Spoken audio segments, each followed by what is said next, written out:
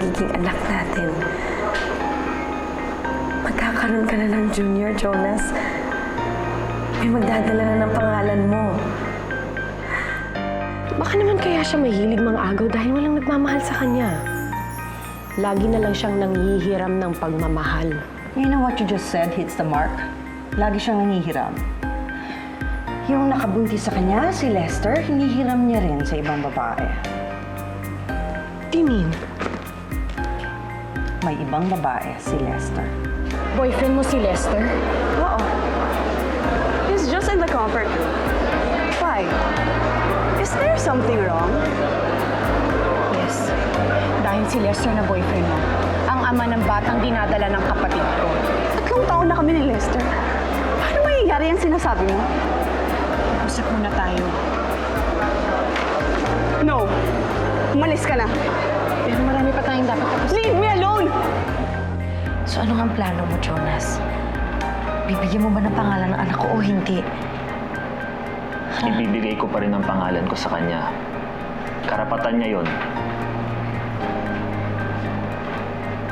Paano kung malaman ni Ellery? Huwag mo nang alalahanin yon. Gagawa tayo ng paraan para hindi niya malaman. Itatago natin.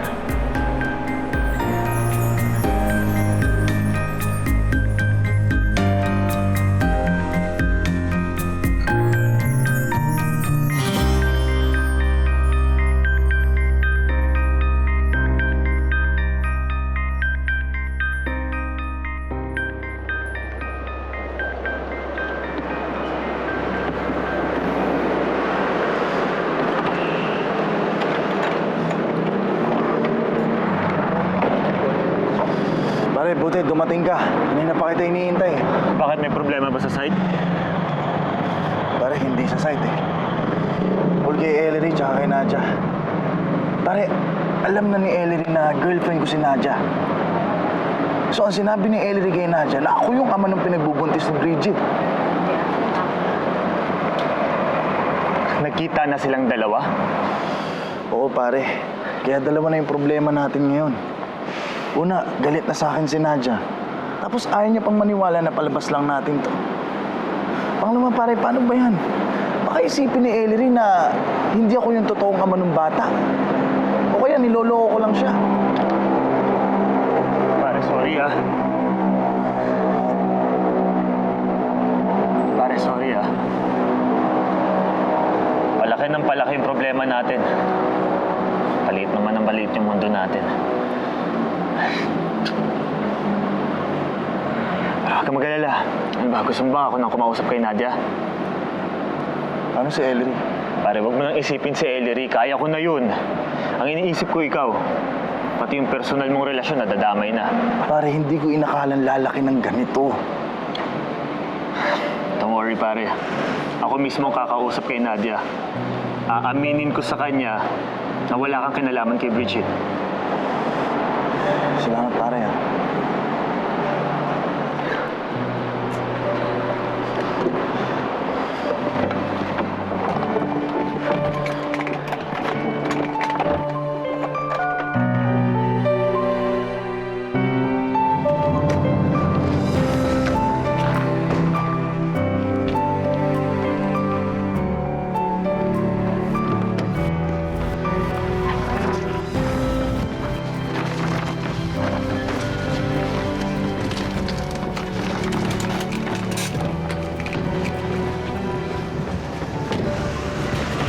Nadia! Please, ano ba? Mag-usap naman tayo. Bakit ka pa ba nandito, ha? Ay, nak na makausap. I don't want to talk to you! Nadia, please, makinig ka na muna. Mag-explain muna ako. Get lost! Nadia, magpapaliwanag ako. For sure. Magkakonsyaba kayo ng kaibigan mo. Kaya pwede ba? Huwag niyo na akong bulahin! Nadia, makinig ka lang sa akin, please. Bigyan mo nga ako ng dahilan para pakinggan kita. Hindi si Lester ang ama ng dinadala ni Bridget. Ako. Hindi lang namin masabi kay Ellery dahil ayaw namin magkagulo. Kaya namin sinisekreto. Dumi mo? Pero si Lester pinapaglinis mo, ha? I'm sorry, Nadia. I know I'm the bad guy here. Huwag ka naman sanang magalit kay Lester. Naiipit lang siya sa sitwasyon. Naako niya nang hindi sinasadya yung bata. Nadia, maniwala ka sa amin. Palabas lang namin lahat ng to. Alam din ba ni Bridget itong mga palabas niyo, ha? Oo. Si Ellery lang at ang mama niya ang nakakaalam na si Lester ang ama ng dinadala ni Bridget. Eh, paano ako naman awayin ng asawa mo? It's not gonna happen. Wala siyang alam at wala siyang pakialam. Okay? Magkapatid sila pero hindi sila nag-uusap. Huwag kang mag-alala. Faithful sa'yo si Lester. Kilala ko yung kaibigan ko.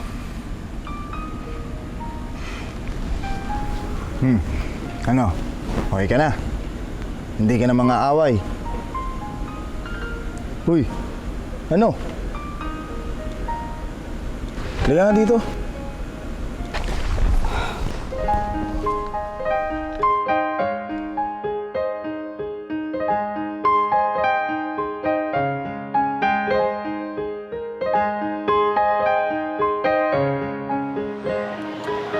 Lamaz? Oo. Ayan, no? Yan yun. Yan ang natural na paraan ng panganganak. Kumbaga sa pagkain, walang preservatives, additives, at kung ano-ano pang mga tives. All natural yan, kaya safe. Maganda to, aloha. Alam mo, nung pinanganak ko kasi si Sam, kung ano-ano ang mga tinurok sa akin, hindi ko naman alam kung ano yun. Ay, dyan, walang ganun dyan. Kaya kung ako sa'yo, mag-enroll na kayo ni Papa Jonas sa mga Lamaz classes. As if naman pwede kong kalad ka rin si Jonas kahit saan. Bakit hindi mo subukan? Ikaw naman at ang baby mo makikinabang dyan. Walang mga ituturok na kung ano-anong droga sa inyo. Kapag ganon, walang side effects. Hindi mo na kailangan mabangag para lang manganak.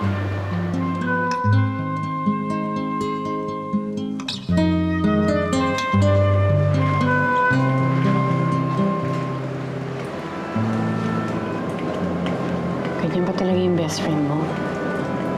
Two-timer. Hindi ko pa siya natatanong eh. Simula nung magkaroon sila ng relasyon ni Bridget, hindi na ako nagtanong ng mga personal niya.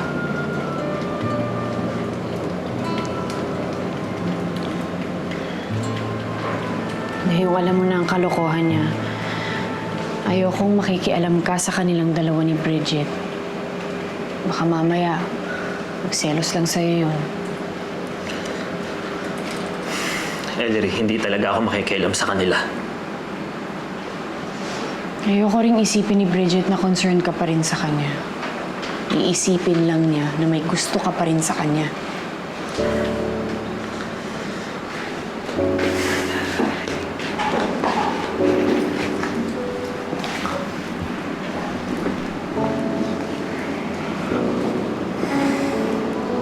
Hanggang ngayon ba naman, nagsiselos ka pa rin kay Bridget? May nakaraan kayong dalawa, Jonas. As a matter of fact, maliit lang na bagay na makita ko na may connection sa inyong dalawa ni Bridget. Nag-iisip na ako ng hindi maganda. Sana maintindihan mo yun. Don't you trust me? I trust you, but I don't trust Bridget.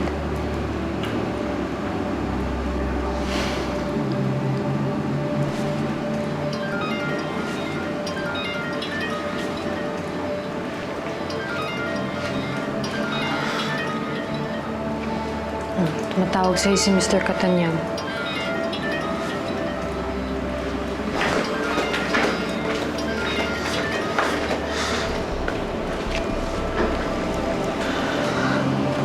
Hello, Sir Catanyag. Jonas, You're not supposed to call me at this hour. Alam mong kasama ko ngayon si Ellery. Unless it's an emergency. Jonas, okay lang ba mag-enroll ako sa Lamaz Center? Maganda siya eh. Hindi ba yan makakapaghintay hanggang bukas? Sige, magkita na lang tayo dun sa center. Samahan mo ko. Okay, sige. Saan ba yan? Okay, bye. Samahan daw niya ako. Galing mo talaga. Maganda Diba? to. Ayun.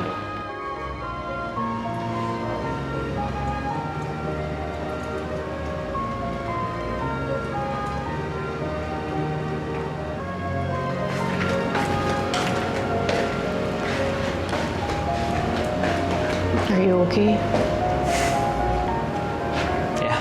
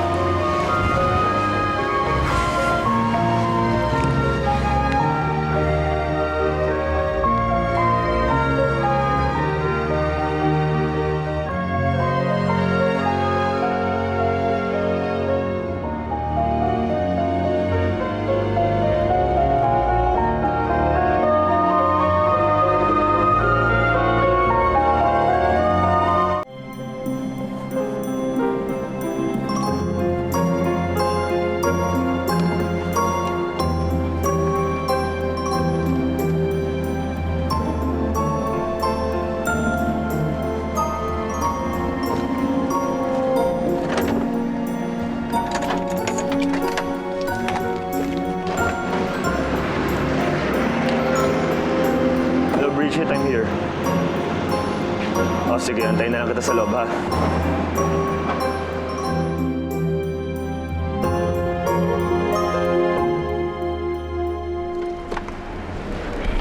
Mainit. Oh, nasan ba dito yung opisina ng Diyan lang, recruitment sa may agency? likuran. Lakarin natin. Sige, no problem. Kotse ni Jonas to ah. O nga, no? Anong ginagawa niya dito?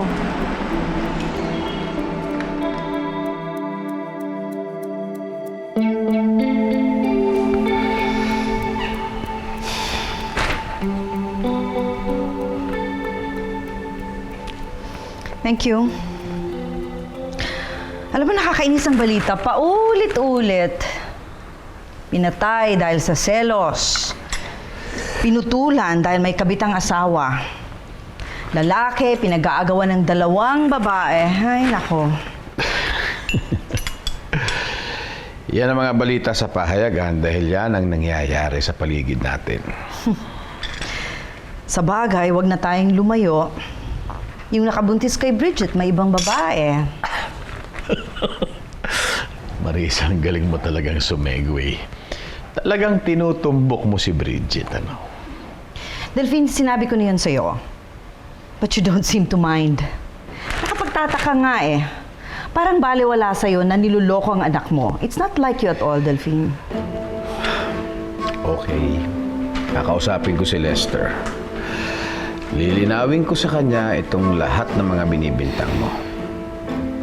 Para manahimik ka na. Ay, nako. My worry lines are multiplying. I think I need another round of Botox.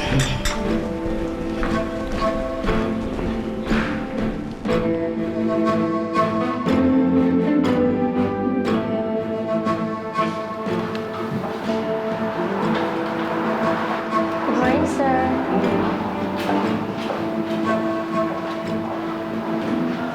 Good morning, sir. Hindi man lang ba siya nagsabi sa'yo? Hindi siya nagpaalam? Ang alam ko dapat nasa site siya ngayon eh. Baka naman may ka-meeting. Tawagan mo kaya. Sonia, masama ang kutob ko. Ewan ko ba pero parang iba ang pakiramdam ko ngayon. Halika, hanapin natin siya. Ha?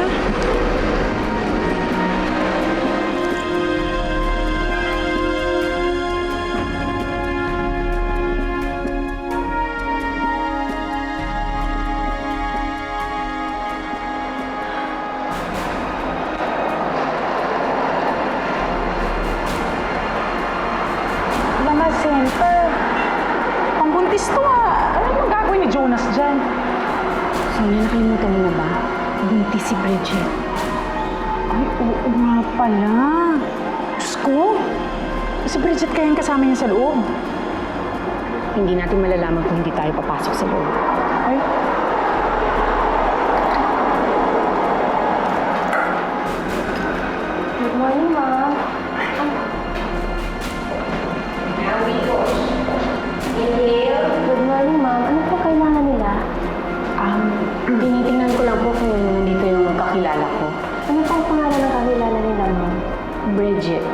Quintana. Bridget Quintana.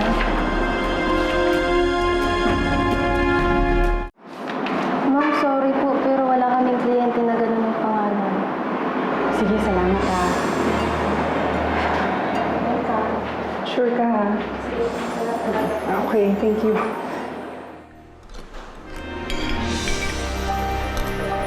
Salamat, Lester, ha. Pinaunlakan mo ang imbitasyon ko. Wala po yun, sir. Actually, tagal ko na rin po kayong planong kausapin.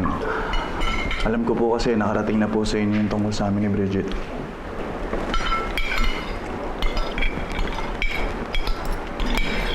Alam ko naman na nasa mustong edad na kayong dalawa ni Bridget. At kung meron man kayong pagkakasunduan, pagkakaintindihan, hindi ko napipigilan yun. Ang gusto ko lang liwanagin ngayon ay yung mga balibalitang may iba ka raw babae maliban kay Bridget. Sir, kung tinutukoy niyo po si Nadia po yun, siya po yung dati kong karelasyon, kaya lang po hindi niya matanggap na wala na kami. Pero sinabi ko naman po sa kanya yung tungkol sa amin ni Bridget, pero ayaw niya mag-iba. Lester, makasabat na nga. Sinabi mo na ba kay Bridget yung tungkol kay Nadia? Hindi ba po? Bakit hindi? Ba't naman po gagawin? Kasi, war freak yan si Bridget. Ha?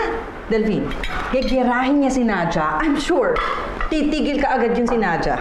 Marisa, What's wrong? Sinasabi ko lang kay Lester kung anong dapat niyang gawin. Namumroblema siya kasi bumubuntot sa kanya si Nadia. Eh di sabihin niya kay Bridget, ha? Mahilig mang gulo yung anak mo, ha? Mahilig mang away. Marisa, Tsaka tiniklop si Nadia. that's enough. Well, I think my presence is not needed here anymore. If you'll excuse me, Lester.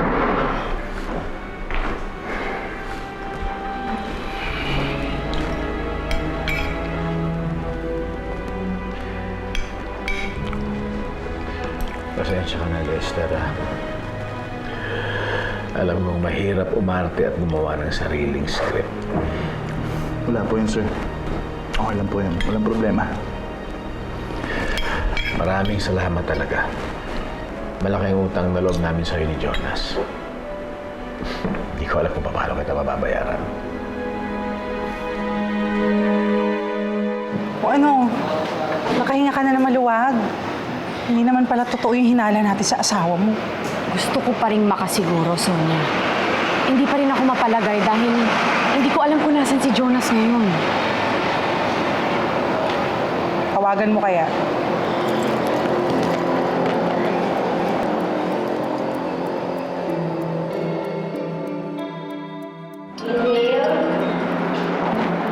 Hello, Ellery. Hello, Jonas. Nasaan ka? I'm in a meeting. Why? Nakita ko kasi yung kotse mo dito. Baka you're in the same area. Oo nga. Di ba nga nasa meeting ako? May kino-close ako mga deals. Sige. Sorry kasi hindi, basta sorry. Pagkita na lang tayo mamaya, baka nakakaabala na ako sa'yo eh. Bye. Wala siya dito.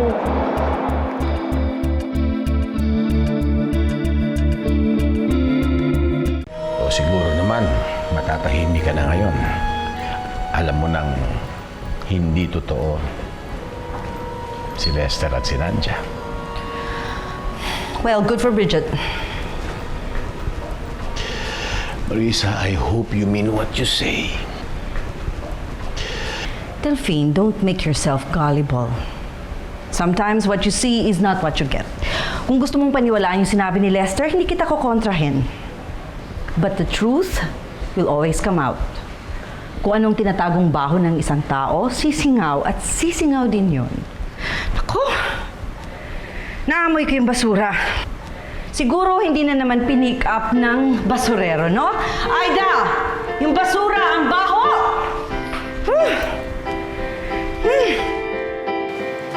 Han! Ay, oh! Oh no! Saan ka na galing? Bakit ka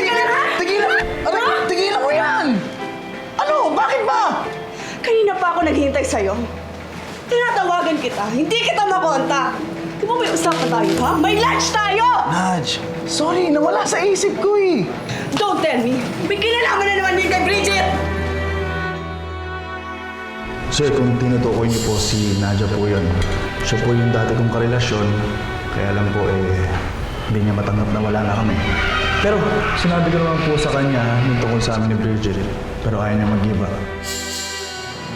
No, Nadia, may luncheon meeting kami. Don't believe you! I don't believe you! Nadia, Ano mo, simula nung mangyari yung kay Bridget na yan, you started acting weird! Nadia, please, don't nag me naman oh. Ano ba? Lester, girlfriend mo ako. At ang sakit lang sa akin na akuin mo yung batang yan without even consulting me. Kung Nadia, gagawin ko yan sa'yo, hindi ka ba magagalit, ha? Nadia, I know it's my fault eh. Pero nandiyan na yan, ano pa magagawa natin? So anong gagawin ko? Gano'n na lang? No, Nadia, ayoko maka-apekto to sa relasyon natin. Kaya please, huwag ka na magalit sa akin. Babawi na lang ako sa'yo. Matatapos din to. Sige na, huwag ka na magalit sa akin. Please. Please. Please. Oh. Ito na.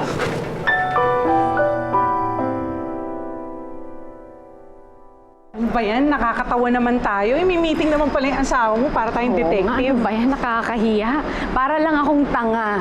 Ewan ko ba, pero napapraning na talaga ako. Eh kung sabagay, paano kung tama yung hinala mo, di ba?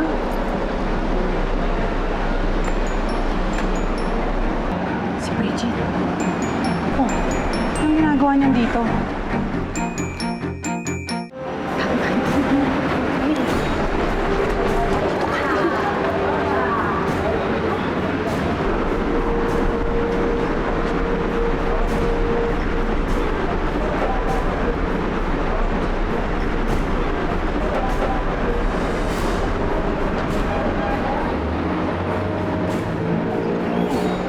Anong gagawin natin? Pasikreto natin siyang susundan. Gusto ko malaman kung anong sadya niya dito. At may kutob ako na si Jonas ang pupuntahan. Oh, sige, hindi ka na.